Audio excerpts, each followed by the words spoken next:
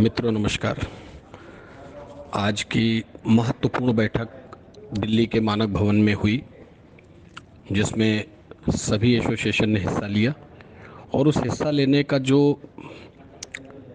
महत्वपूर्ण विषय ये है कि सभी दलों ने, सारे एसोसिएशन ने आप सभी की बातों को बहुत गंभीरतापूर्वक मंत्री जी के सामने पूरे तर्क के साथ रखा और उसका कुछ नतीजा भी आप लोगों के साथ में निकल कर आया है। तो जो नतीजा निकल कर आया है वो मैं आप सभी के साथ शेयर कर रहा हूँ। आज की मीटिंग में हमारे नेशनल सेक्रेटरी श्री सुरेंद्र मेहता जी और मैं अनुराग रस्तोगी शामिल हुए, इंडिया बुलियन ज्वेलर्स एसोसिएशन इब्जा की तरफ से। और सभी एसोसिएशन ने और हम सब ने पूरी तर्क जो गवर्नमेंट के साथ रखने के बाद जो हमें निष्कर्ष प्राप्त हुआ है वो इस प्रकार है। सबसे पहले जो आप सबकी प्रमुख समस्या थी कि 1 पीस, 2 पीस और 5 पीस जो आपका हॉलमार्क नहीं होता था, उसको गवर्नमेंट ने एक्सआरएफ पद्धति से करने की अनुमति प्रदान कर दी है।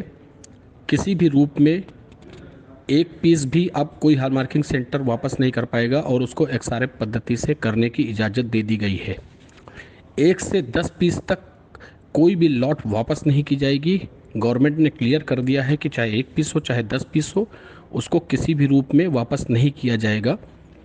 तीसरा, पहले जो भी आएगा, छोटी लॉट जो ली जाएगी, छोटी लॉट पहले जमा की जाएगी और छोटी lot first come first in first out की पद्धति उन्होंने अपनाई है कि पहले जो भी लॉट आएगी वही पहले जाएगी, क्रम वाइज उसको वापस करना पड़ेगा ताकि बड़े लॉट के चक्कर में छोटी लॉट का नुकसान ना हो, छोटे लोगों का नुकसान ना हो। ऐसा गवर्नमेंट ने प्रावधान बनाया है।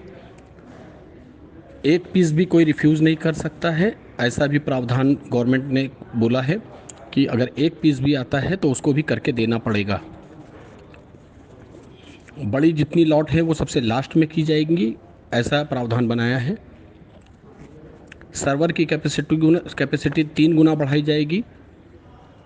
अभी तक जो हमारा सबसे मेजर मुद्दा था अल्ट्रेशन का, तो उसके अंदर उन्होंने एडिट का ऑप्शन दे दिया है। अभी हम उसको एडिट कर सकते हैं, कोई भी अल्ट्रेशन कराने पर हमें एडिट करने का ऑप्शन मिलेगा। साथ साथ किसी भी तरीके की हॉल मार्किंग सेंटर से अगर कोई गलती हो जाती है या लिखने में, पढ़ने में या किसी भी प्रकार की टैगिंग करने में या अंकों में, तो उसके ऊपर भी एडिट करने का उन्होंने ऑप्शन दे दिया है। ऑटोमेटेड टैग जनरेशन की सुविधा भी 1 सितंबर से हमको वहीं से प्राप्त हो जाएगी, ऐसी भी सरकार की तरफ से हमें आश्वासन दिया गया है। ये जितनी बातें मैं आपको बता रहा हूँ, ये आज हमें मंत्री जी ने स्वयं आश्वासन दिया है कि ये सब चीज़ें वो हमें लिखित में देंगे। आपकी जो सबसे बड़ी प्रॉब्लम थी ट्रेसेबिलिटी, गवर्नमेंट ने क्लियर कर दिया है कि हम ये सारा सिस्टम केवल शुद्धता को लेकर ला रहे हैं। मंत्री जी ने आज सबके सामने पूरी इंडस्ट्री को प्रॉमिस किया है कि हम लिख कर देंगे कि किसी भी सूरत में ट्रेसेबिलिटी नहीं आएगी। हमें आपके कोई कापी किताब झंझट से मतलब नहीं है, केवल ग्राहक को शुद्ध सोना मिले, हमें ऐसा करना है। इसके अलावा एडिट ऑप्शन, गलत यूआईडी लगने के ऊपर अगर कोई भी व्यक्ति गलत यूआईडी लगाता हुआ पाया जाता है तो उसके ऊपर बहुत कठिन सजा का प्रावधान लगाने के लिए मंत्री जी ने आदेश दिया है। इसके अलावा सेल्फ हॉलमार्किंग की सुविधा देने के लिए उन्होंने डीजी साहब को आदेश दे दिया है कि जितने भी बड़े कॉरपोरेट सेक्टर हैं या जो भी ज्वेलर्स या जो बड़े ज्वेलर्स अपने खुद के हॉलमार्किंग सेंटर्स लगाना चाहते हैं, उनको गवर्नमेंट सपोर्ट करेगी, उनको सब्सिडी नहीं देगी लेकिन उनको पूरा सपोर्ट करेगी। और इसके लिए मंत्री जी ने आदेश दे दिए हैं कि आपको सेल्फ हॉलमार्किंग सेंटर लगाने की भी संभावना बन गई है। सिक्योरिटी के लिए मंत्री जी ने डिपार्टमेंट को ध्यान देने को कहा है, क्योंकि उन्होंने कहा कि इंश्योरेंस नहीं है, अगर किसी भी हॉलमार्किंग सेंटर में कोई चोरी हो जाती है तो उसके लिए दिक्कत आएगी। तो इसके लिए उन्होंने हॉलमार्किंग सेंटर को भी और ज्वेलर्स को दोनों को इंश्योरेंस पे ध्यान देने को कहा है और हॉलमार्किंग सेंटर की सिक्योरिटी बढ़ाने को कहा है।